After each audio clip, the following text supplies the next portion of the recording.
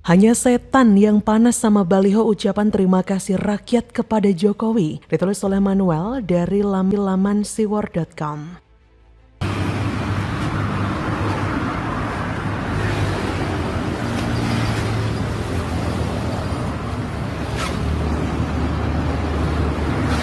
Sudah.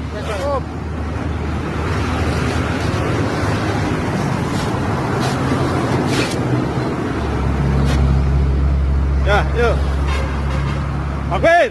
Tidak tepat sasaran BBM. Habis. Kadang heran lah dengan kelakuan yaitu merobek-robek baliho ucapan terima kasih kepada Presiden Joko Widodo. Ini bahkan juga disobek-sobek. Maksudnya apa? Kira-kira merasa bangga gitu setelah merobek-robek baliho ucapan terima kasih Presiden Joko Widodo ini? Entah maksudnya apa. BLT-nya diterima, bantuan sosial dari Presiden Joko Widodo diterima. Tapi ketika ada baliho seperti ini, kok malah disobek-sobek? Nah, ternyata usut punya usut. Ternyata ini juga pendukung dari Anies sih. Bahkan juga ada bukti screenshotnya. Ini bahkan juga ditanggapi oleh Gurem 2. Baru dukung bakal capres aja udah brutal kayak gini. Baliho ucapan terima kasih untuk Pak Jokowi yang dipasang masyarakat disobek dan digulung. Habis itu takbir pula. Jahat kan? Saya nggak bisa bayangkan ya jika pendukung-pendukung seperti ini ya tidak dikasih edukasi lah. Apalagi besok ketika Pilpres 2024 ada lawan-lawan Anies yang lainnya. Bisa jadi spanduk-spanduk akan disobek-sobek seperti ini. Ini padahal juga ucapan masyarakat ke Presiden Joko Widodo, yaitu terima kasih. Itu bahkan juga disobek-sobek. Padahal Presiden Joko Widodo jelas tidak mungkin lah akan menjadi calon presiden di 2024. Hanya setan yang takut dan alergi dengan baliho Presiden Joko Widodo. Hari ini ada sebuah aksi yang gak jelas dilakukan oleh pendukung Anies Baswedan yang melakukan aksi penyobekan baliho yang dibuat oleh masyarakat untuk mengucapkan terima kasih kepada Presiden Joko Widodo. Apa yang menjadi motivasinya memang tak jelas, tapi kelihatannya tak jauh-jauh dari kebencian dan amarah. Kaum yang suka ngamuk di depan baliho Presiden Jokowi ini memang adalah sosok yang menganggap diri mereka dan junjungan mereka adalah pemimpin yang harus mereka pilih. Buat saya, apa yang menjadi aksi penyobekan baliho ini merupakan sebuah aksi yang mengungkapkan kekecewaan dan keputusan mereka dalam mengangkat junjungan mereka. Baliho rakyat yang mengucapkan terima kasih kepada Presiden Jokowi atas kemajuan kotanya dan juga daerahnya membuat para pendukung Anies ngamuk-ngamuk dan kejang-kejang. Mereka begitu alergi dengan pencapaian Presiden Jokowi selama 8 tahun terakhir ini karena pembangunan manusia dan pembangunan infrastruktur yang dilakukan dengan setulus hati dan sekuat tenaga oleh jajaran pemerintahan yang dikomandoi oleh Presiden Joko Widodo sangatlah berdampak positif bagi bangsa dan negara ini. Sedangkan yang menjadi pencapaian junjungan mereka yang tidak ada sama sekali. Bahkan di DKI Jakarta, kotanya jadi hancur lebur coy, berantakan, seperti sampah yang membusuk selama 5 tahun terakhir. Amarah, kebencian, juga dengki dan iri hati menguasai hati mereka. Sehingga ketika mereka melihat baliho masyarakat kepada Presiden Jokowi, mereka langsung panas hati dan kebencian pun membara di atas kepalanya dan bokong mereka. Inilah yang membuat saya bisa berkesimpulan dengan pasti dan yakin bahwa hanya setan yang gak suka sama kemajuan. Hanya iblis yang tidak suka dengan sebuah bangsa yang berdaulat dan berkuasa juga maju. Baru di era Jokowi lah Indonesia masuk ke dalam negara ekonomi terbesar ke-7 di dunia. Baru di era Jokowi ada presiden yang menjadi top 13 pemimpin muslim dunia. Lucunya, Presiden Jokowi yang dikenal begitu populer di dunia dijadikan sebagai sosok yang difitnah oleh kaum kadal bangsat. Tokoh muslim terbesar ke-13 dijadikan anak PKI dan juga bapaknya dianggap keturunan Singapura. Tokoh muslim terbesar ke-13 Presiden Joko Widodo juga dianggap memalsukan ijazahnya. Tokoh muslim terbesar ke-13 yaitu Presiden Joko Widodo juga dianggap sebagai presiden yang menjual negaranya ke Cina. Dan tokoh muslim terbesar ke-13, Presiden Joko Widodo, dianggap sebagai orang yang menghancurkan negara ini. Padahal secara fakta, kita melihat adanya pembangunan dan kemajuan khususnya dalam pembangunan infrastruktur dan manusia. Betul bahwa tidak ada manusia yang sempurna, namun ada orang-orang yang menuju ke kesempurnaan itu. Sedangkan politisi lain hanya memikirkan perut mereka dan pantat mereka agar tetap duduk di kursi empuk.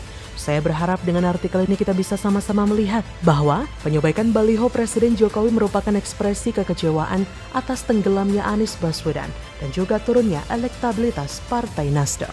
Jadi, bagaimana menurut Anda?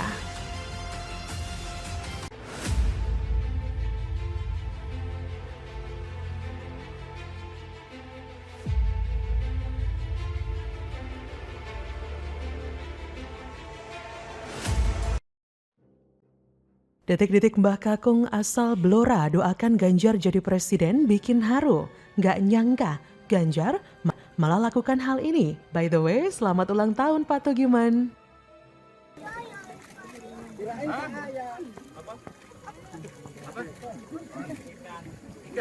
Ora kampanye, ora kampanye.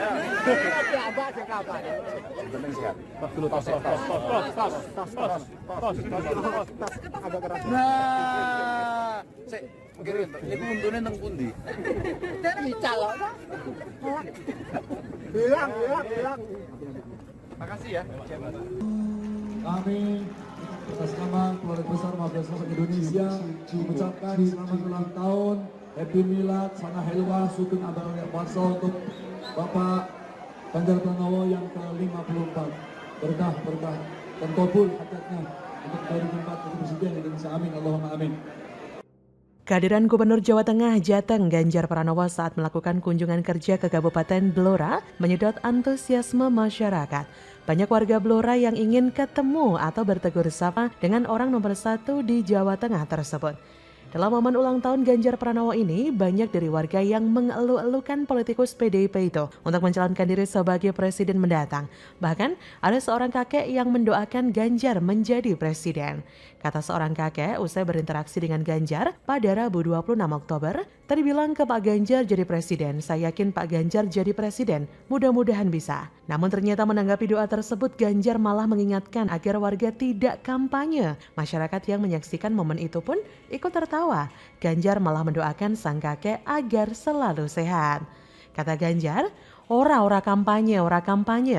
Tidak kampanye. Yang penting sehat, tos dhisik.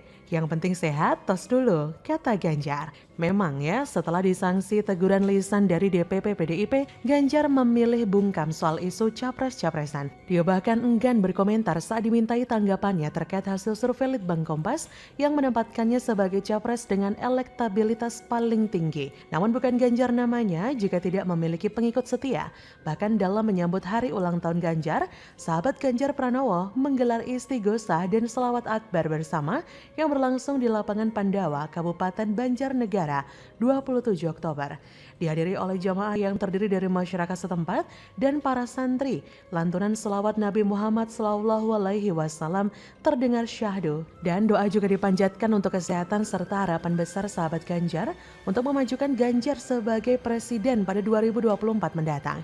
Dewan Pembina Sahabat Ganjar Gus Hayatul Maki mengucapkan rasa syukurnya atas kehadirat Allah Subhanahu wa Ta'ala karena sangat banyak masyarakat dan jamaah yang hadir untuk mendoakan sang gubernur Jateng tersebut. Setelah memutar video tentang Ganjar, pemilik pondok pesantren Alif Ba ini memberikan peci dan sarung sahabat Ganjar kepada santri sebagai bentuk komitmen para santri untuk mendoakan dan ikut mendukung Ganjar pada Pesta Demokrasi 2024. Rangkaian acara pun berlanjut dengan tausiah yang dipimpin Gus Ali Gondrong dengan tema Maulid Nabi dan Hari Santri yang dilanjutkan dengan istighosah dan selawat akbar. Istighosah tersebut ditutup dengan pembacaan doa yang dibacakan langsung oleh Gus Khayat. Sebelum penutupan dan melakukan foto bersama, Gus Khayat terus mengorbankan semangat perjuangannya kepada para santri untuk berjuang memenangkan Ganjar. Istighosah dan selawat akbar ini menjadi salah satu rangkaian kegiatan sahabat Ganjar di Dieng, Banjarnegara, menuju acara puncak yaitu Ganjar Pranowo Festival keempat yang berlangsung pada 29 Oktober mendatang. Bukan hanya para pengikutnya saja, para selebritis banyak yang mendoakan Ganjar di hari ulang tahunnya ini. Walaupun Ganjar tidak pernah gembar-gembor keluar-keluar mau nyapres, anehnya nama Ganjar terus melejit hingga sekarang menduduki posisi pertama di berbagai survei elektabilitas capres. Menurut saya, ini benar-benar hebat. Karena Ganjar tidak pernah menyentuh urusan capres-capresan, dia hanya hanya melakukan tugas dan fungsinya sebagai seorang kepala daerah dengan sebaik-baiknya. Prestasinya banyak, kemampuannya berkomunikasi dan berkonsolidasi dengan warga Jateng pun bagus. Respon Ganjar terhadap aduan masyarakat yang disampaikan pun cukup oke. Bahkan survei Litbang Kompas juga begitu menyatakan hal yang sejajar dengan analisis penulis bahwasanya Ganjar adalah sosok yang tepat dan layak untuk menjadi pemimpin Indonesia. Ini yang tidak bisa ditawar dan tidak bisa dibantah oleh siapapun. Jadi kalau hari ini Ganjar menang, artinya 2024 nanti Ganjar pasti menang. Masalahnya partai siapa tuh yang bisa mendukung dan mengirimkan Ganjar Pranowo untuk menjadi capres? Saya yakin PDIP, tapi masih menunggu waktunya saja untuk Ganjar melakukan gebrakan terlebih dulu di Jateng. Selamat ulang tahun Pak Ganjar. Semoga panjang umur, diberi kesehatan dan kesabaran yang lebih serta sukses dalam pekerjaan dan karir politiknya. Jadi bagaimana menurut Anda?